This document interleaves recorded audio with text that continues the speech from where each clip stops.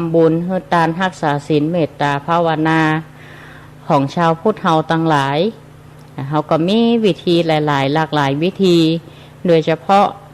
การรักษาศีลและการเจริญภาวนาอยู่ตั้งบ้านเขาก็สามารถที่จะปฏิบัติได้ทั้งสมถกรรมฐานทั้งวิปัสสนากรรมฐานตามหลักคำสอนแห่งองค์บวรพระสัมมาสัมพุทธเจ้าที่ได้ตรัสเอาไว้ดีแล้วเพราะพระพุทธศาสนานั้นเป็นศาสนาของผู้รู้พระพุทธเจ้าถือว่าเป็นผู้ที่เป็นศาสดาได้ให้หลักธรรมคำสอนที่จะเผยแผ่พระธรรมนั้นเพื่อเป็นการกำจัดซึ่งความทุกข์เพื่อทำลายความทุกข์และต้นเหตุของความทุกข์โดยอาศัยวิชาความรู้ที่ถูกต้องในสัมมาทิฏฐิในการเดินทางสายกลางซึ่งก็เป็นเนื้อหาสาระเป็นหัวใจหลักในวันสำคัญที่ผ่านมานั่นก็คือวันอาสาฬหบูชาซึ่งเป็นวันที่องค์พระสัมมาสัมพุทธเจ้าได้เทศนาธรรมเป็นครั้งแรกที่ชื่อว่าธรรมจักรปวัตตนสูตรเพื่อแก่ปัญจวัคคีย์ทั้งห้าหน้าป่าอิสิปตนะมฤคทายวันแคว้นกาสีซึ่งก็มีประกอบไปด้วยอัญญาโกณทัญญาวปะพัทิยมหานามะอัสสชิเมื่อพระพุทธองค์ได้แสดงธรรมในครั้งแรกนั้นในธรรมจักรก็อัญญาโกณทัญญะได้เข้าใจท่องแท้ในธรรมะที่พระพุทธเจ้าได้ทรงเทศนาซึ่งเป็นหลักธรรมกันแรกก็ได้ดวงตาเห็นธรรมพระพุทธองค์จึงเปล่งวาจาเฮอคำนำหน้าไว้ว่าอัญญาซึ่งมาจากการเปล่งวาจาของพระพุทธเจ้าออกมาว่าอัญญาสิวัตโพโกณทัญโยถึง3ครั้งแปลว่าโกณทัญญะได้รู้แล้วเนาะได้รู้ในธรรมคำสอนที่ได้แสดงไปได้เข้าใจในอัตในธรรมในการละเว้นในทางสุดโต่งละเว้นในสิ่งที่ย่อนที่ยานละเว้นเสียซึ่งการทรมานตนที่เรียกว่าอัตตกิลมัฏฐานุโยคการทรมานร่างกายตนเองมันบัจจัยเป็นหนทางที่นำไปซึ่งความพ้นทุกข์เป็นสภาพที่บีบรั้นเป็นสภาพที่ตึงเครียดทรมานร่างกายตัวเก่าล้ำไปก็บดีหักโหมกับการกับงานก็บดีเป็นบัจจัยหนทางนี้จะช่วยแก้ปัญหาและการประพฤติในทางตีมันหย่อนลำไปเรียกว่ากามาสุขันลิกานุโยคก็คือการมกมุ่นอยู่ในกามบอกว่าการเสพผ่านตังตาหูจมูกลิ้นกายใจอารมณ์สัมผัสเข้าไปจับไปต้องเกิดกิเลสตัณหาเกิดความแสวงหาอยู่บ่หูจักจบสิ้นตาหันก็เกิดตัณหาหูได้ยินเสียงอันไพเราะก็มีความอยากที่จะได้ยินได้ฟังในบางทีนั่นสิ่งที่ได้ยินได้ฟังมันบ่นำมาซึ่งเนื้อหาสาระมันก็จะบ่เป็นแก่นสารบ่เป็นประโยชน์ปากก็ดีเกี่ยวกับการอู้การจ๋าการรับประทานอาหารหากว่าเฮาทานอาหารบ่เป็นประโยชน์แล้วมันก็จะเป็นโทษให้กับเฮาเกี่ยวกับอบายมุขแอลกอฮอล์อย่างหลายๆอย่างในช่วงเข้าพรรษาญาติโยมเฮาท่านตั้งหลายก็มีโอกาสสั่งสมบุญคุณงามความดีเต็มที่เพราะเป็นเทศกาลเป็นช่วงแห่งการประวารณาของพระสงฆ์องค์เจ้าอยู่จำวาสาสถาญาติโยมก็มีโอกาสที่จะรักษาศีลภาวนาฟังน้ำธรรมคำสอนเพราะว่าจะหลากหลายช่องทางในช่วงของวิกฤตโควิด -19 ที่กำลังแพร่ระบาดอยู่ยังบ่ฮู้จักว่าหู้จักวางที่จะลดทุเลาลงไปมีแต่จะเพิ่มขึ้นอย่างวันนี้ก็15,300 กว่าลายหลายประเทศก็บอกว่าจะเป็นโควิด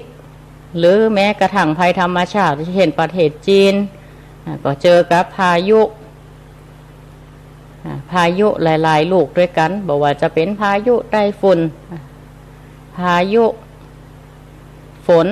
ฟ้าอากาศกันนำทำให้น้ำท่วมต้องเร่งระบายน้ำออกจากเขื่อนระเบิดเขื่อน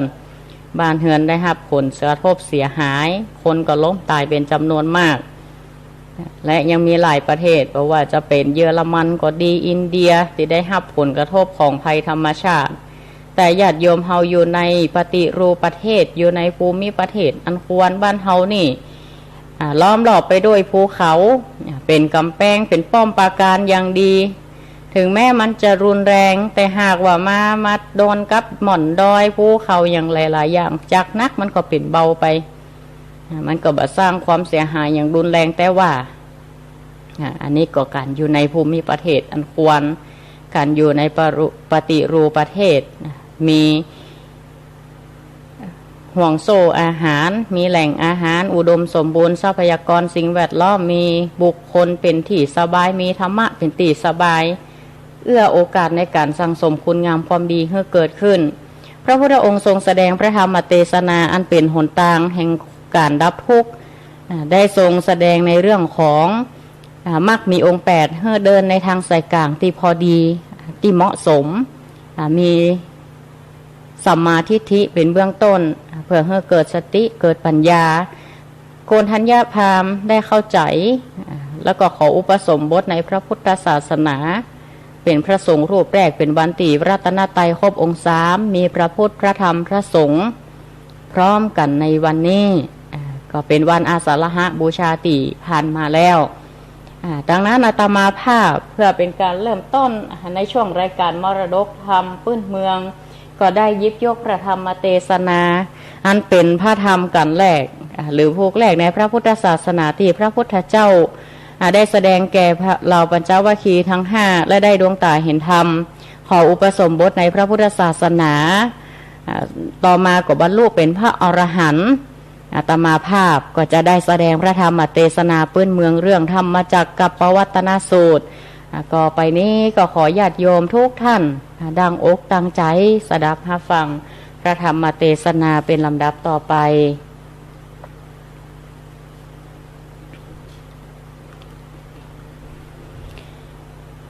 นะโมตัสสะภะคะวะโตอะระหะโตสัมมาสัมพุทธัสสะเอ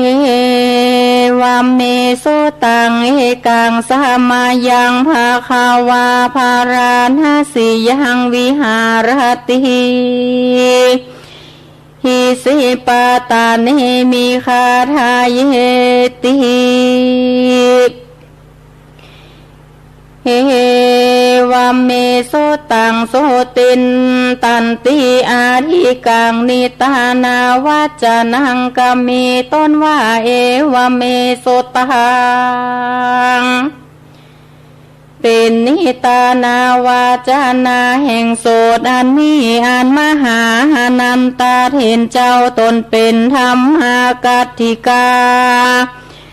ก่าวแก่อรหันตาเจ้าตั้งหลาย500องค์มีพระมหากัสสปะเทนเป็นประธานในเมื่อสังกายนาธรรมวันนั้นว่าพันเตฆะแห่งพระอริยสากัสสปะเทนเจ้า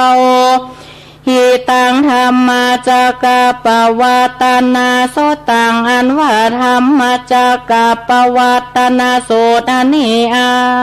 น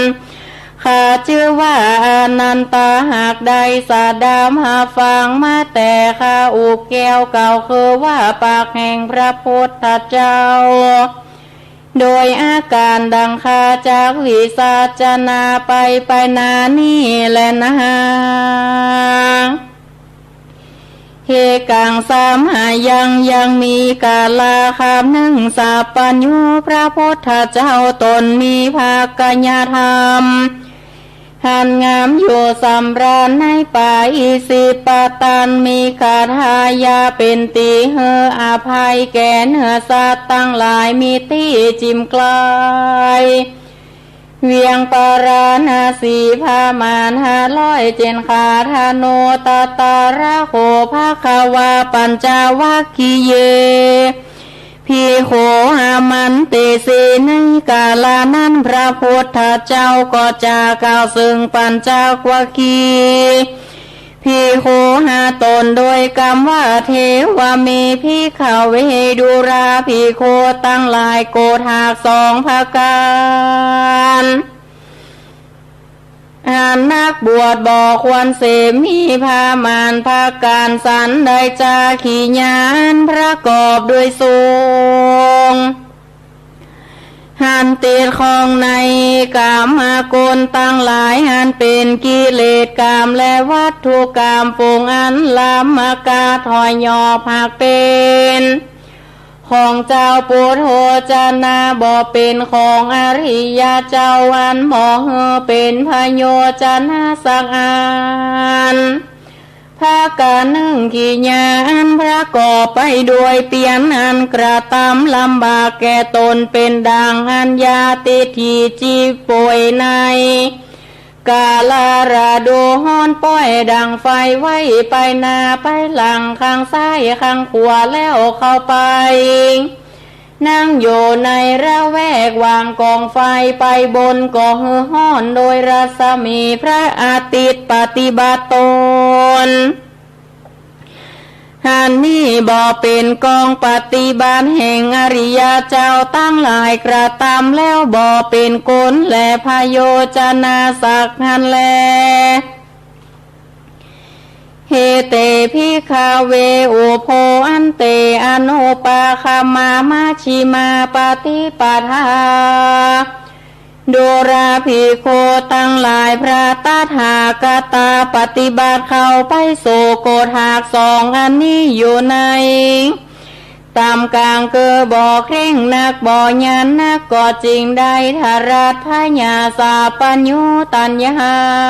นบังเกิดยังตัวเกิดพญาอันเล่งหันธรรมตั้งมวลญาณการณีหันบังเกิดยังญาณพญาหันยังทำตั้งมวลเป็นไปเพื่อลำงับดับกิเลสตั้งมวลเพื่อเฮธาราชยิ่งนักยังอริยสัจธรรมเพื่อกระทำนิพพานเฮแจ้งก็มีแลกาตามาจาสาภิกขเวดุราภิกขุตั้งหลายส่วนมัชฌิมาปฏิปทาเกิดปฏิบัติปานกลางบ่เคร่งบ่ญาณนั่นนาก็พระตถาคตาได้ทารานพญาเป็นสาปัญญูบังเกิดยังตาเล็งหันธรรมตั้งมวลก็เป็นไปรำงาบดับเสียยังกิเลสตัณหาตั้งมวลเปื่อหูยิ่งนักเปื่อทาราชยิ่งนักเปื่อกระทำเปลี่ยนยังนิพพานแจ้งนั่นโปงได้จาอายะเมวาอาริโยหาทางขีโกส่วนมาชิมาปฏิปทาก็คือมรรคแปดฝูงนี้สัมมาทิฏฐิสัมมาสังกัปโปสัมมาวาจาสัมมากัมมันโตสัมมาอาชีโวสัมมาวายโมสัมมาสติสัมมาสมาธิอันพระตถาคตาหากได้ทารัตยังสาปัญญูตัญญาน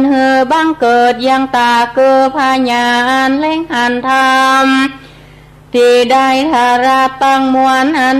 บังเกิดยังญาณพญาหูธรรมตั้งมวลก็เป็นไปเพื่อรำงาบดับกิเลสเพื่อหูยิ่งนาเพื่อกระทำยังนิพพานแจ้งก็มีแลหิตังโคปนาภิกขเวโตขังอันบังเกิดยังตาเกิดพญาธรรมตั้งมวล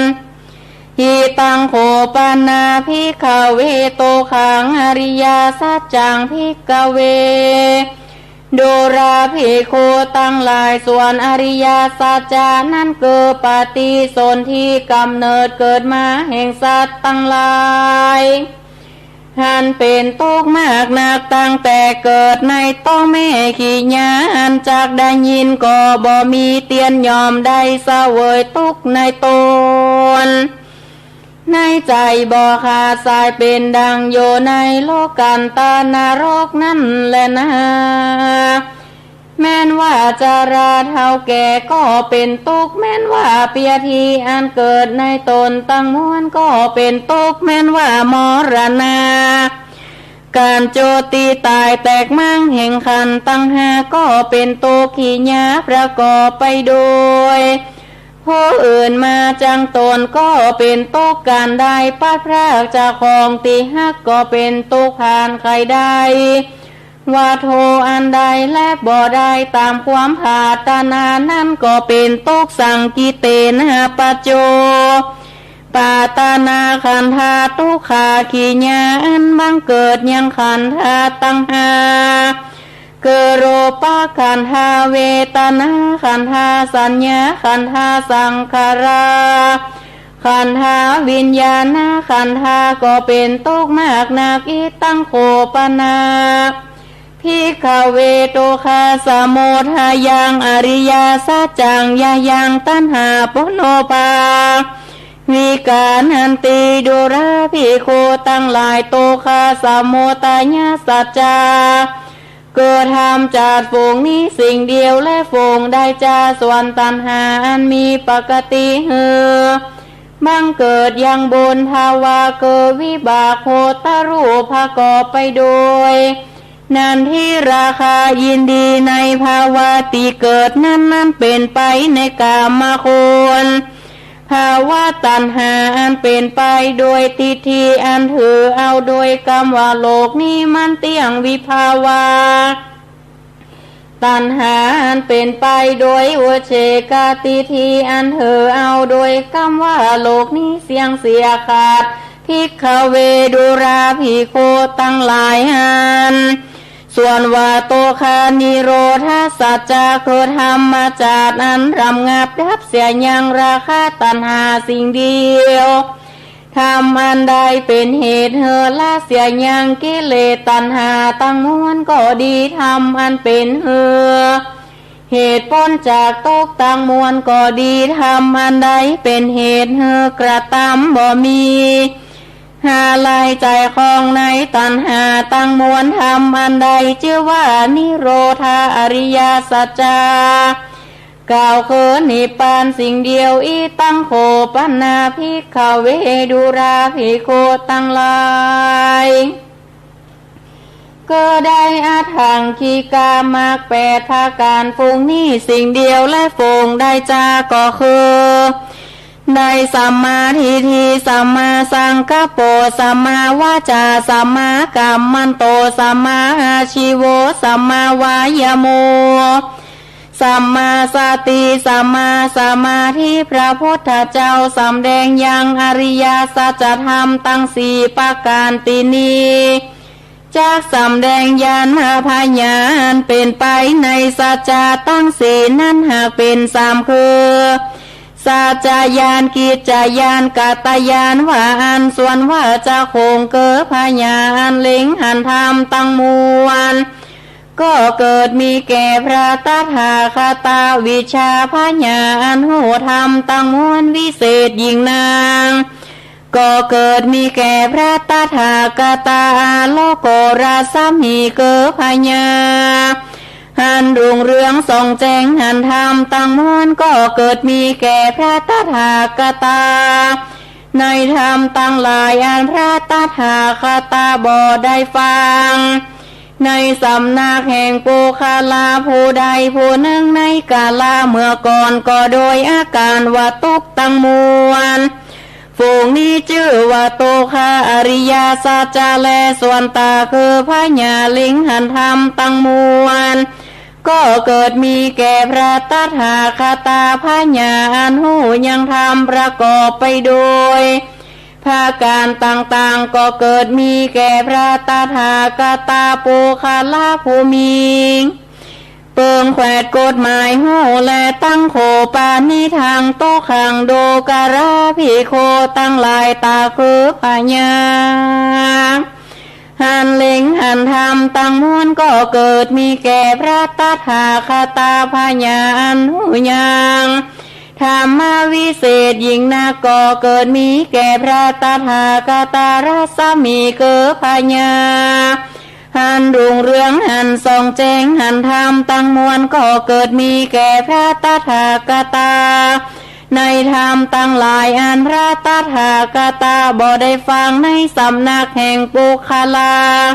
ผู้ใดในกาลเมื่อก่อนตนพระก็ได้ทาราทูด้วยกรรมว่าตกตั้งมวลฝูงนี้ก็เป็นตกแต่แลส่วนตกขาสมุตตาสาจานั้นคือตัณหาตั้งมวลนั้นอันว่าผู้มีพญาหากเปิงละเสียตั้งโคปานิทางตกขังสมุตตยังอริยสัจจปะหินันติส่วนทุกขาสัจจะคือตัณหาตั้งมวลนั้นพระตถาคตาได้ละเสียแล้วแลอีตังโตขานิโรตังอริยสัจจันติมีภิกขเวดุราภิกขุตั้งหลายส่วนวตาเกิดพญาอันเลงหันธรรมตั้งมวลก็เกิดมีแก่พระตถาคตาผู้มีพญาอันโหธรรมตั้งมวลก็เกิดมีแก่พระตถาคตาพญาอันจังหากหูยังทำตั้งโดยภาการต่างๆก็เกิดมีแก่พระตถาคตาพญาอันหูยังทำดวงวิเศษยิ่งนักก็เกิดมีแก่พระตถาคตา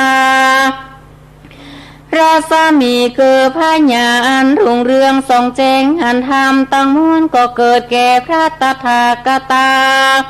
ในธรรมตั้งหลายอันบ่ได้ฟังในสำนักแห่งปุคลาผู้ใดในกาลาเมื่อก่อนพระตถาคตาก็ได้ทาราชโดยกรรมว่าธรรมเจ้าท่านว่าแต่งแปลงธรรมเจ้าตั้งมวลนั่นใดชื่อว่านิโรธาอริยสัจจะคือนิพพานสิ่งเดียวแลภิกขเวดุราภิกขุตั้งหลายโตขานิโรธาอริยสัจจานั้นก็นิพพานปุคลาผู้ใดมีพญาเปิงเฮอแจ้งตำดังพระตถาคตาหากระตามเฮอแจ้งแล้วส่วนวตาคือพญาอันเล่งหันธรรมอุปาอุทาปาทีก็เกิดมีแก่พระตถาคตาพญาอันหูยังทำตั้งมวลก็ประกอบไปโดยภาการต่างๆนานาก็เกิดมีแก่พระตถาคตาพญาอันหูทำดวงวิเศษยิ่งนักก็เกิดมี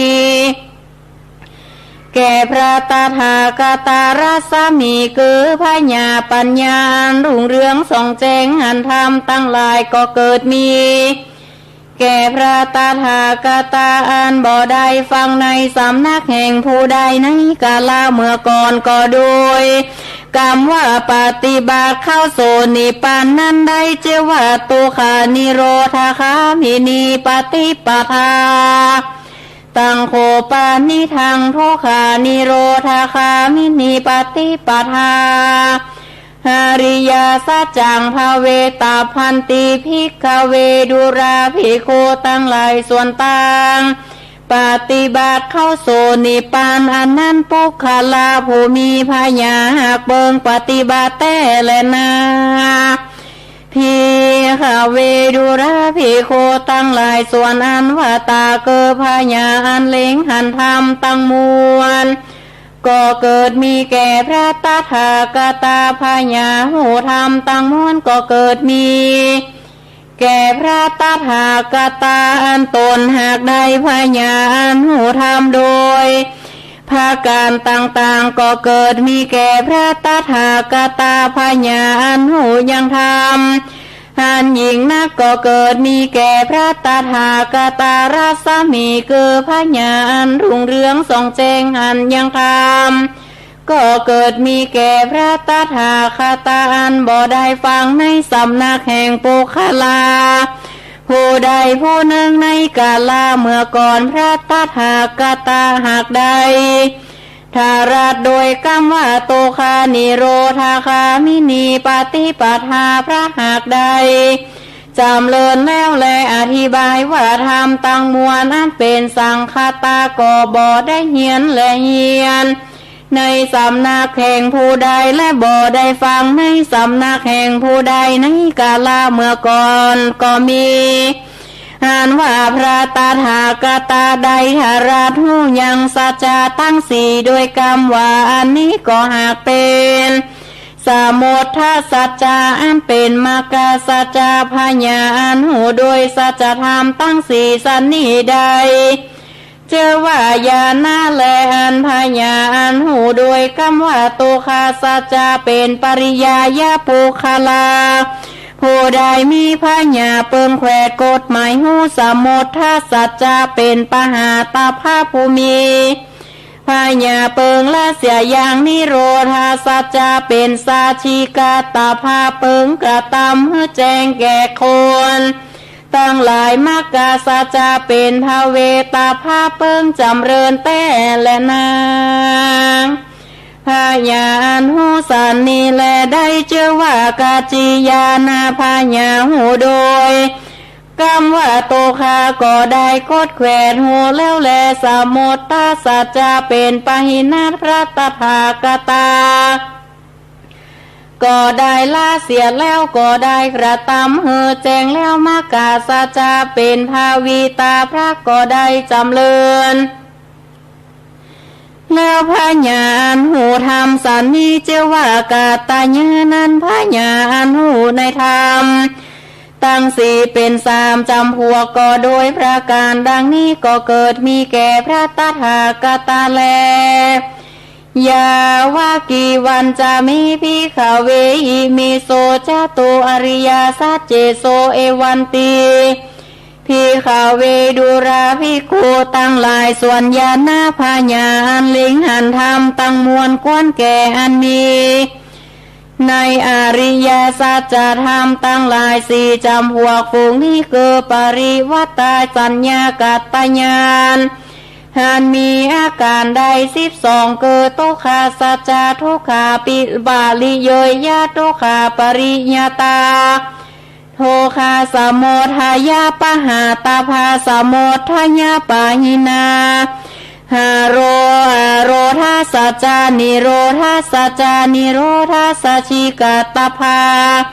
นิโรธาสัจฉิกามะกาภาเวตาภาทุกขานิโรทาคามินิปฏิปทาภาวิตาภาการดังกล่าวมานี้อันบริสุทธิ์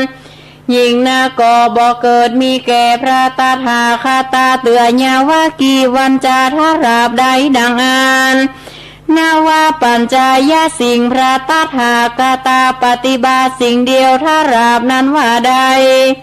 ทาราพระสัมมาสัมพุทธเจ้าอนุตตรังบ่มีธรรมอันล้ำยิ่งในโลกอันเป็นไปโดยมารอันเป็นกับโดยพรหมอันเป็นกับโดยพราหมณ์และเทวดาตั้งหลายยาโตจะโหมีพิขเวหิมิโสจะตุโสอริยสัจเจโสเอวันติปริวัตังทาวาทาสาการังยะถาภูตังยานาทัสสนังโสวิโสทางอโหสีภิกขเวดุราภิกขุตั้งหลายส่วนญาณพญาอันว่าอันเล็งหันธรรมอันสมควร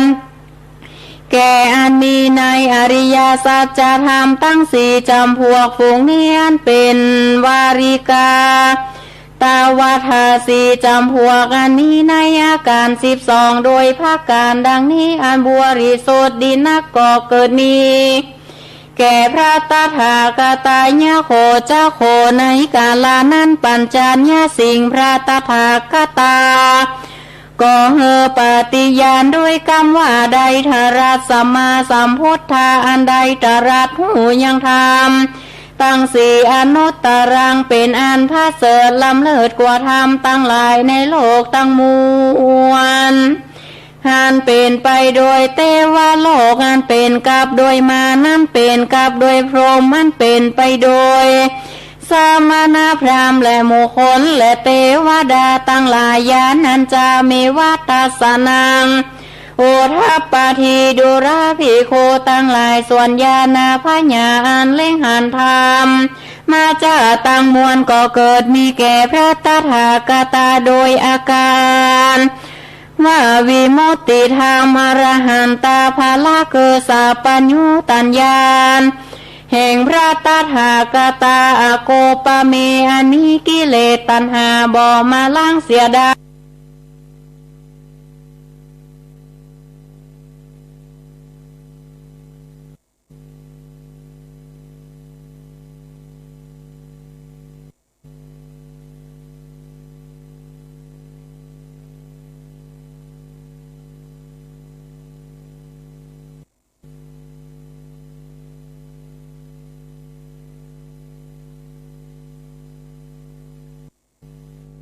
แห่งพระตถาคตอันเกิดมาเป็นปางสุดซ้อยก็มาปาฏิสนธิกำเนิดนั้นเกิดมาแถมเล่าก็บ่มีพระตถาคตาในกาลาบัดนี้แหละนาดังนี้แหละนาส่วนปัญจวัคคีย์ตั้ง5 ตนฝูงนั้นก็มีใจอภิรมย์จมชื่นยินดีก็ย่ออัญชุลีพระนมตั้งข้าหม่อมมาน้อมนมัสการขับไว้เอาพระธรรมเทศนาแห่งพระสัมมาสัมพุทธเจ้าวาสาธุสาธุพระสิตังตถาคตังก็มีดังก็มีวันนั้นแหละนายีมาสามิงจาปนาวายการณสามิงในเมื่อแล้วธรรมมาเทศนาอันนี้แล้วก็มีคาถานับได้เชื่อว่าเยยาการณาพระสัมมาสัมพุทธเจ้าหากเทศนาโดยภาการดังนี้ส่วนธรรมมาจากเกโสตาปฏิมัคคายานอันภาสดาคุณพงทุลีกิเลสอันเป็นมาลามนทินเกิดกิเลสหากากาศไปแล้วก็เกิดมีแก่พระโกนทัญญาเห็นเจ้าตนมีอายุก่อกรรมว่าโดยยังกินจีสังขารธรรมมาจากตั้งหลายว่าสังขารธรรมอันใดน้อยหนึ่งอันนี้สภาวะหูเกิดเป็นดังอันสังขารธรรมหันนั้นอันหูเสียงแต่แลปวัติเตจะภควาธรรมาชะเกภูมาเทวาในเมื่อแล้วธรรมเทศนาพรหมและเทวดาตั้งหลายก็จมจืนยินดีก็ส่งเสียงคืนเฮได้ยินโดยคำว่าธรรมจากกปวัตนาสูตรดวงนี้ก็มาหากลำเลิศพาเสดยิ่งนักขันพระพุทธเจ้าตนนี้โสภากายะหากใดหากเสียยังโลภะโทสะโมหะเสียแล้วก็เทศนาเป็นไปในป่าอิสิปตนา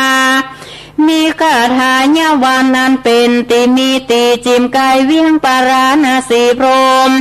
และเทวดาตั้งหลายก็ได้ยินมากนักก็หากันว่าปุคละผู้ใดผู้หนึ่งในโลกนี้บ่อาจจะเป็นไปได้แลนาภูมานางเทวานางสาทางสุดตัวจะโตมหาราชิกาเทวาสาธามนุสาเวสงส่วนเทวดาฟงอยู่ในจันฟ้าจะโตมหาราชิกาก็ได้ยินเสียงพรหมและเทวดาตั้งหลายส่งเสียงสาธุการก็ป้ากันส่งเสียงต่อขึ้นไปบนส่วนเทวดาตั้งหลายอันอยู่ในจันฟ้าตาวาติงสาก็ได้ยินเสียงแห่งเทวดาตั้งหลาย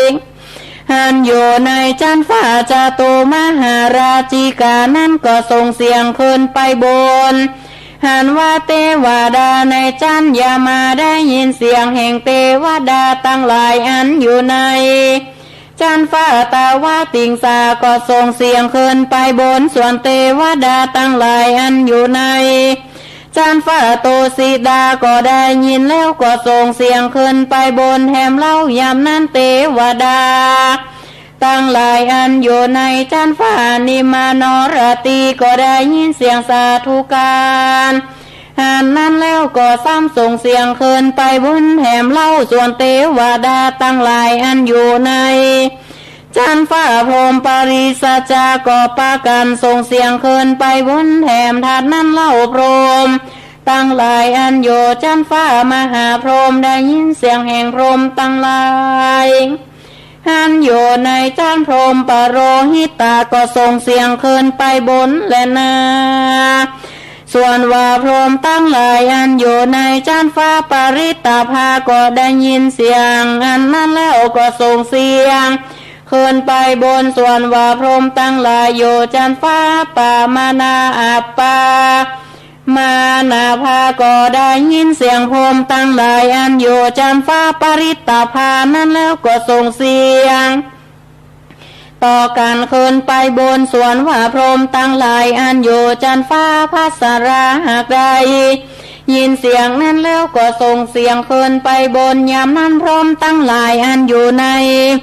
จานฟ้าปริตาภาโซก็ได้ยินเสียงนั้นแล้วส่งเสียงขึ้นไปบนส่วนว่าพรหมตั้งหลายอันโยจานฟ้าป่ามานาโสธาก็ได้ยินเสียงพรหมตั้งหลายอันโยจันไปตามสันนั้นแล้วก็ส่งเสียง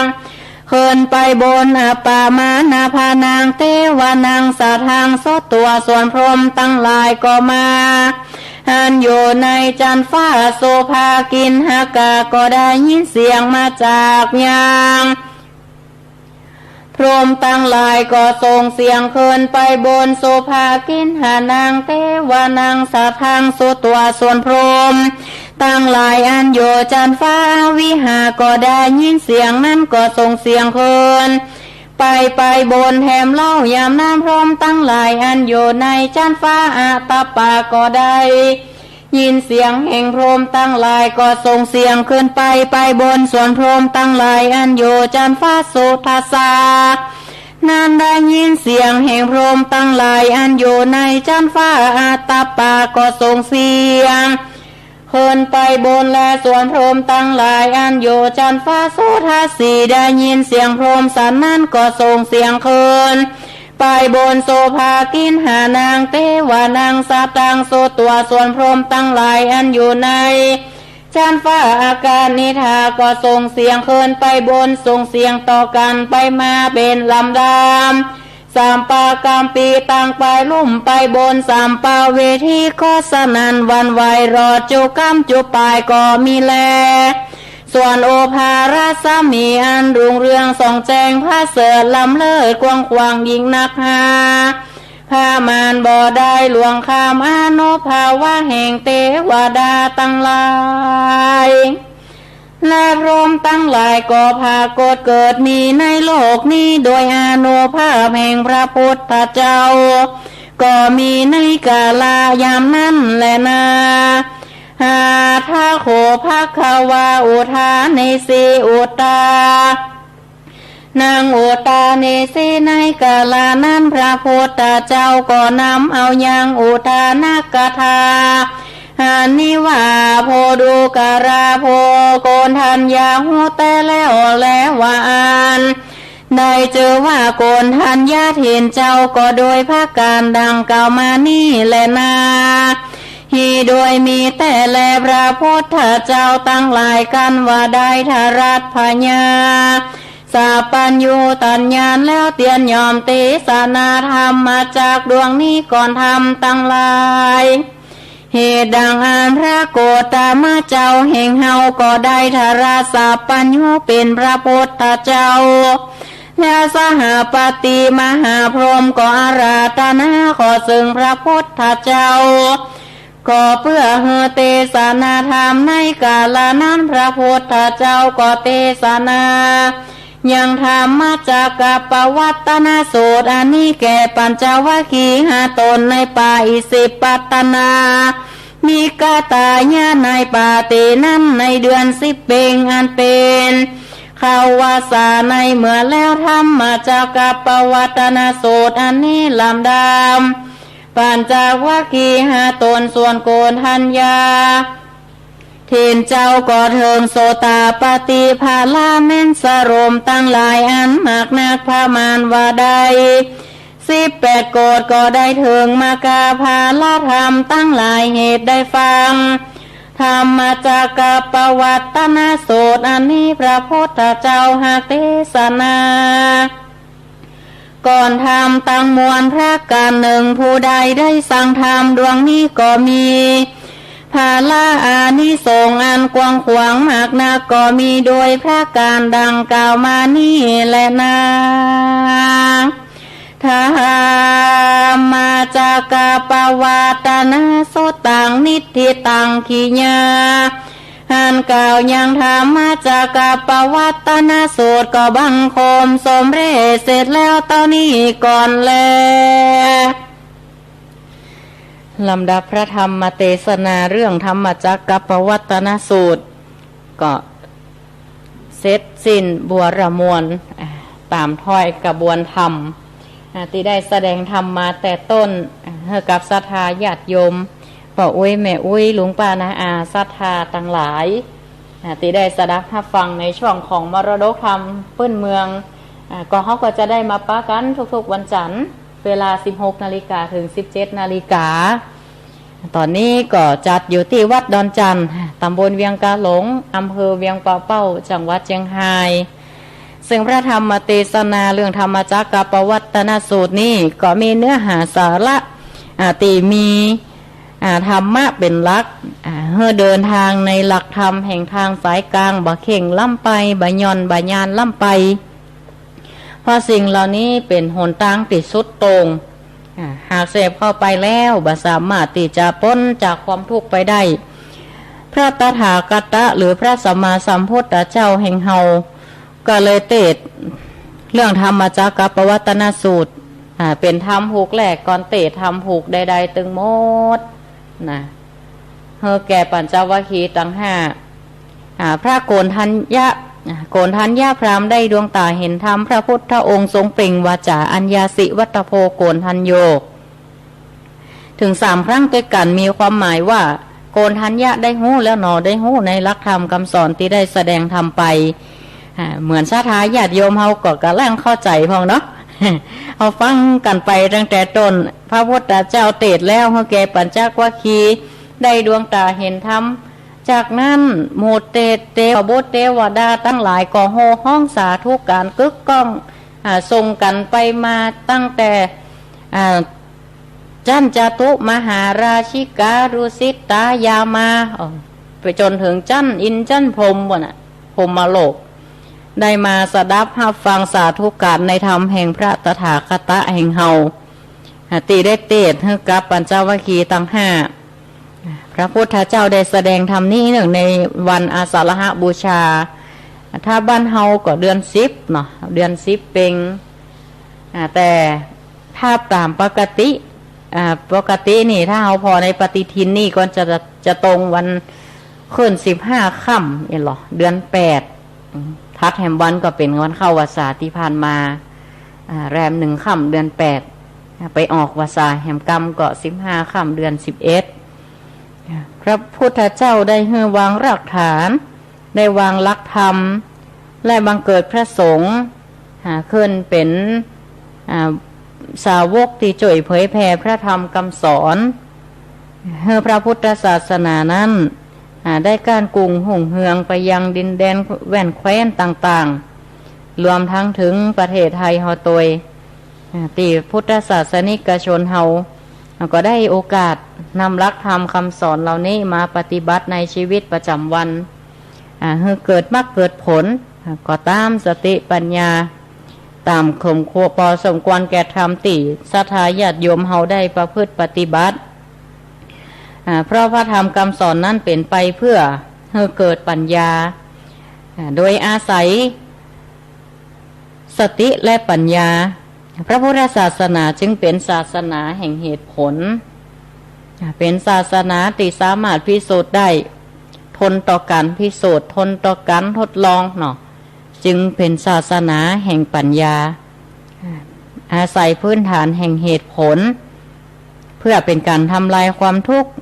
มนุษย์เกิดมาก็ต้องทุกข์ละเกิดมาก็ต้องเปื้อนขุดเปื้อนสิ่งสกปรกต่างๆน้ำค่ำน้ำอย่างหลายๆอย่างเป็นหกเป็นยังเป็นละอ่อนไตเต้ามาดอกกิ่งดินกิ่งทรายเนาะเกิดมาพร้อมความสกปรกก็เป็นทุกข์เกิดแก่เจ็บตายเหล่านี้ล้วนนำความทุกข์มาเห่อเมื่อเฮาหันแล้วว่าการเกิดเป็นทุกข์เฮาก็จะต้องปฏิบัติตามแนวอริยสัจสี่ก็คือต้องตื่นรู้เหี่ยก่อนพุทธะแปลว่าตื่นรู้รู้ในธรรมรู้ในสัจธรรมความเป็นไปเป็นมาของโลกเกิดมาทุกอย่างล้วนมีแต่ปัญหาพระพุทธศาสนาเขาจึงได้วางเอาไว้ว่าอริยสัจสี่เป็นความจริงของธรรมชาติสิ่งทั้งหลายมันตั้งอยู่ในพ้นไปจากหลักไตรสิกขา อานิจจังทุกขังอนัตตาเกิดขึ้นตั้งอยู่ดับไปด้วยความบ่เที่ยงแท้ของสรรพสิ่งทั้งหมดทั้งมวลขนาดวัตถุสิ่งของเมื่อมันเกิดขึ้นมามันก็คงสภาพเห็นสักวางอาศัยการเวลามันก็เปลี่ยนแปลงแม้แต่ธรรมชาติมันก็เปลี่ยนแปลงทุกวันเวลาพร้อมกับการเกิดของคนเฮาโลกกำเนิดใหม่ๆมนุษย์รู้จักการพัฒนารู้จักการอยู่เป็นกลุ่มเป็นก้อนรู้จักผู้นำขึ้นมารู้จักการปกครองรู้จักกฎระเบียบกฎหมายขึ้นมารู้จักการพัฒนาในด้านบุคคลพัฒนาสิ่งที่จะมาอำนวยความสะดวกให้แก่มนุษย์ที่เกิดขึ้นมาเพื่อความอยู่สุขสบายแต่ก็บ่ป้นโรคภัยไข้เจ็บต่างๆความเกิดความแก่ความเจ็บความตายภัยธรรมชาติต่างๆมันมีการเปลี่ยนแปลงอยู่กูเมื่อกูวันสถาอย่างพายุติจะเข้ามาจอจีนบดเดียวก็ได้รับผลกระทบกันเสียหายเป็นวงกว้างอินเดียก็ได้หับพม่าก็ได้หับผลประเทศลาวก็ได้หับจนถึงคนที่อยู่แถวสองฝั่งข้างน้ำโขงนี่พอจีนมันระเบิดเขื่อนเพื่อระบายน้ำออกมาละพายุก็จอเข้าจีนจัดหลายลูกญาติโยมเฮาเนี่ยเป็นสัญญาณเตือนเฮาดีประมาทในการใช้ชีวิตบ่ประมาทในธรรมทั้งหลายการอยู่การกินกูเมื่อกูวันเฮามันมีแต่อันตรายถึงมดอาหารวะซ้ำบะเดียวกับการแพร่ระบาดของไวรัสโควิด -19 ก็เลยเป็นเหตุที่เราได้มาสดับฟังพระธรรมเทศนาออนไลน์ก็มีโอกาสนะสาธาเอามาวัดบ่ได้ก็เอายกวัดเนี่ยไปเข้าบ้านเข้าจองสาธาญาติโยมเอาหลักธรรมคำสอนอันเป็นมงคลกาเลนะธรรมะสากัจฉาเอตัมมังคละมุตตมังการฟังธรรมตามการเป็นมงคลอย่างยิ่งเทวบุตรท่านก็สรรเสริญ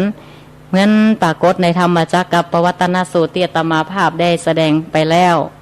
แม้เทวดาตั้งหลายเปิ่นก็นิยมชมชอบเปิ่นก็โห่ห้องสาธุการเทวบุตรเทวดาติรักษาบ้านรักษาจองสถานบ้านเฮือนประเทศยังได้ทักว่าเปิ่นได้ฟังธรรมแล้วเปิ่นก็จะอนุโมทนาเทวดานี่เปิ่นได้ส่วนบุญกุศลจากการอนุโมทนาของมนุษย์การได้ฟังธรรม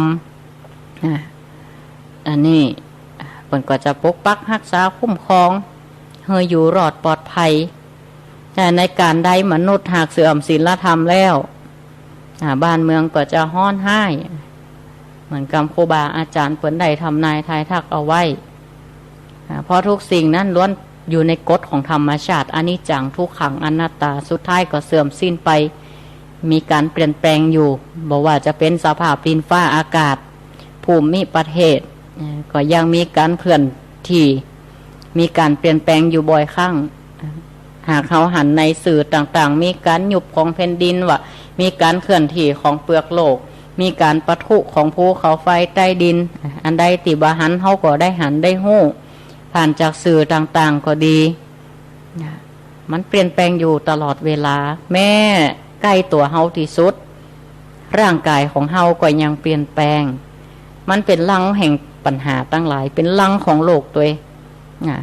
อยู่บ่ได้บ่อยู่นะไปดึงเชื้อโรคเข้ามาแห่งเนี่ยใครก็บ่ปรารถนาตีจะเอาโรคภัยไข้เจ็บมาแต่ทุกคนก็พ้นโรคที่เป็นสัจธรรมคือโรคชราเนี่ยมีใครพ้นสักคนสถาผมจะเคยดำก็ขาวไปเกี่ยวก็เอาคืนเปิ่นไปจะน้อยหัวเข่าก็เริ่มเอาคืนเปิ่นไปถาดน้ำก็เริ่มบ่อยู่ละไขข้อกระดูกอะไรยังบ่ยึดเกาะละจะเตื่อมจะแท่งบางเตื่อมันก็บอกเหมือนกับตีร่างกายผลิตเองตามธรรมชาติมันเสื่อมโทรมไปจะจะไปหายุกหายาเมื่อเขาได้หู้อย่างอีแล้วตามอริยสัจสี่ว่าทุกอย่างมันเป็นปัญหาเขาหู้สาเหตุของปัญหาตั้งหลายว่าสิ่งที่มันเกิดขึ้นนั้นล้วนมาจากอย่างการเกิดอวิชชาความบ่ฮู้เกิดจากตัณหาความอยากมีอยากเป็นความบ่พอเพียงความประมาทตั้งหลายอันเป็นสาเหตุของปัญหาหลายๆปัญหาด้วยกัน เขาก็หาวิธีแก้ที่เรียกว่านิโรธคือการแก้ปัญหาโดยอาศัยมรรค8ก็คือมัชฌิมาปฏิปทาคือทางสายกลางเป็นต้นว่ามีสัมมาทิฏฐิมีความเห็นชอบถูกตามคันลองของธรรมในธรรมที่พระพุทธเจ้าทรงแสดงหู้ผิดชั่วชอบชั่วดีสัมมาทิฏฐิเห็นถูกต้องมีความเข้าใจที่ถูกต้องตัวมีความคิดถูกมีการสื่อสารที่ถูกต้องมีวาจาบาพูดเทศประพฤติในทางที่ชอบมีศีลมีธรรมเจริญศีลภาวนามีความพยายามมีวิริยะมีสติสมาธิมีความมุ่งมั่นในเป้าหมายให้ชัดเจนจะนำเราไปสู่เป้าหมายสูงสุดในพระพุทธศาสนาหากบ่อยากเกิดก็ต้องดับเหตุที่เกิดก็คือเฮาก็บ่ต้องเกิดละการที่เขาจะบ่เกิดก็คือเข้าสู่พระนิพพานนั่นเองและวิธีใดที่เข้านิพพานพระพุทธเจ้าเขาก็ได้เทศนาธรรมเอาไว้ในหลักของอริยสัจสี่ในเรื่องของมรรคมีองค์8ดำเนินตามนั้นหากว่าเขาบ่ต้องไปอันนี้เตอะบางทีต้องไปหวังเป้าหมายแต่ขอให้ปัจจุบันให้ดีที่สุดนะมันจะสำเร็จผลมาได้ก็จังมันเขาก่อยเปลี่ยนกันไปศรัทธาประคับประคองกันไปเหมือนศรัทธาญาติโยมปู่อุ้ยแม่อุ้ยประคับประคองพยุงพระศาสนาอยู่ตลอดรอดฟังเพื่อมันไปถึง5 ปันภาวษาหรือนักกว่านั่นก็ซ้ำดีเพื่อให้ธรรมะนี่เผยแผ่ให้แก่คนตั้งหลายอยู่ใกล้ธรรมก็ทำให้เย็นใจเปรียบเสมือนการหมุนไปแห่งกงล้อธรรมก็อยู่ที่เฮาท่านตั้งหลายมีภิกษุณีอุบาสกอุบาสิการวมไปถึงศรัทธาญาติโยมพ่อเขาแม่เขาแม่ชีเป็นต้นที่เราจะช่วยกันทำนุบำรุงพระศาสนาให้เจริญรุ่งเรืองต่อไป